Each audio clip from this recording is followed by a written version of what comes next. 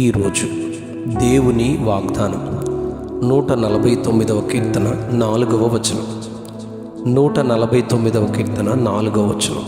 యెహోవా తన ప్రజల యందు ప్రీతి గలవాడు. యెహోవా తన ప్రజల యందు ప్రీతి గలవాడు. యెహోవా తన ప్రజల యందు ప్రీతి గలవాడు. ఆయన దీనులను రక్షణతో అలంకరించును. రాజైన దావీదు పరిశుద్ధ గ్రంథములోని ఎన్నో కీర్తనలను రాశారు.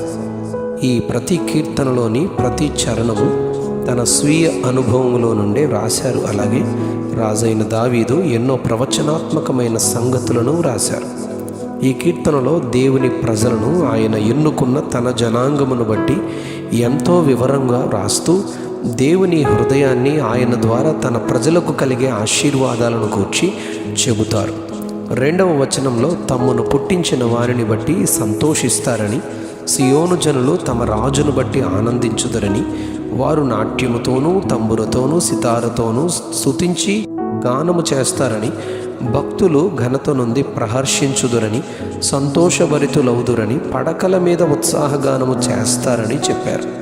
కారణం తన ప్రజల ఎడల యెహోవాకు కలిగిన ప్రీతిని బట్టి ఆయన దీనులైన తన వారిని రక్షించునని, తన రక్షణతో వారిని అలంకరించునని చెబుతారు. ఈరోజు మన ధ్యాన వాక్యంలో ప్రీతి గల దేవుడు తన ప్రజలకు ఏమేమి అనుగ్రహించునో మనము తెలుసుకుందాం. ఆదికాండం 50వ అధ్యాయం 21వ వచనంలో తనను ద్వేషించి ఇష్మాయేలీయులకు అమ్మివేసిన తన స్వంత అన్నదమ్ముల ఎడల ప్రీతి కలిగిన యోసేపు తన అన్నదమ్ములతో ప్రీతిగా మాట్లాడుతూ, మీరు భయపడకండి, నేను మిమ్మును మీ పిల్లలను పోషించెదనని చెప్పి వారిని ఆదరించెను అని చెప్పబడింది.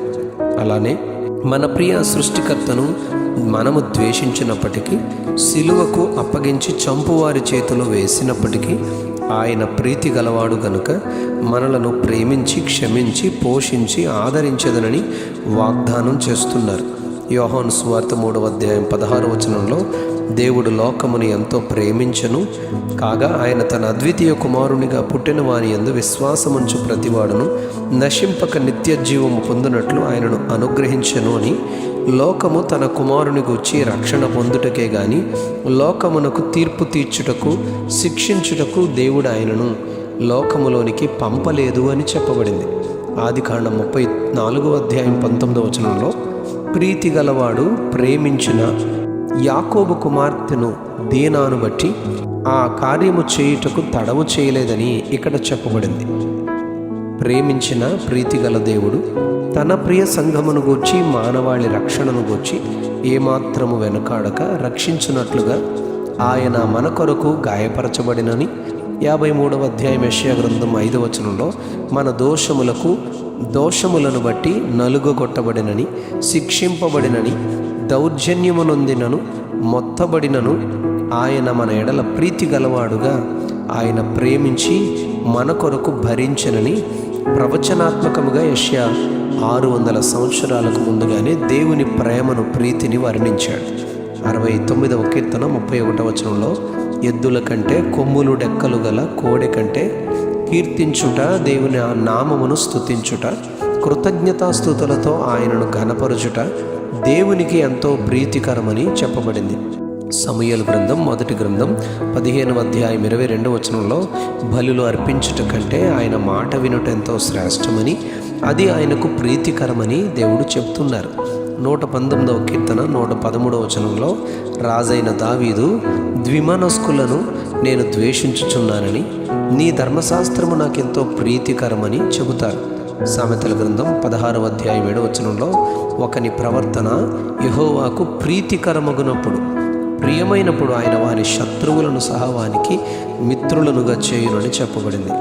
దేవునికి శక్తి కొలదిగా మనము ఇయ్యలేకపోయినను, సిద్ధ మనస్సుతో కలిగిన కొలది ఇచ్చినదైనను అది దేవునికి ప్రీతికరము అని చెప్పబడింది. 22వ కీర్తన 8వ వచనంలో ఆయనకు ఇష్టులైన వారిని, ప్రీతి గల వారిని ఆయన తప్పించును అని చెప్పబడింది. యథార్థముగా ప్రవర్తించు వారికి ఆయన ఎంతో ఇష్టపడును, యథార్థముగా ప్రవర్తించు వారిని ఆయన ఎంతో ఇష్టపడును అని చెప్పబడింది. సామెతల గ్రంథం 11వ అధ్యాయం 20వ వచనంలో, యెషయా గ్రంథం 62వ అధ్యాయం 4, 5 వచనాల్లో దేవుని పిల్లలు నివసించు దేశానికి దేవుడే ఒక క్రొత్త పేరును పెడుతూ హెప్సిబా అనగా ఇష్టురాలు, ప్రియమైనది, ప్రీతిగలది అని పిలుస్తూ, ఆయన విడవబడినది అని కానీ పాడైనది అని కానీ నిన్ను గూర్చి ఇక చెప్పక దేవునికి ప్రీతిగలది, ప్రియమైనది అని చెప్పబడింది అని చెబుతారు. అలాగే ఈ ధ్యాన వాక్యమును వినుచున్న మనల్ని గూర్చి కూడా ఆయన ప్రీతి గలవారమని, ప్రియమైన దేవుని వారమని చెప్పును గాక. Amen, amen, amen. యెహోవా తన ప్రజల యందు ప్రీతి గలవాడు. యెహోవా తన ప్రజల యందు ప్రీతి గలవాడు. ఆమెన్.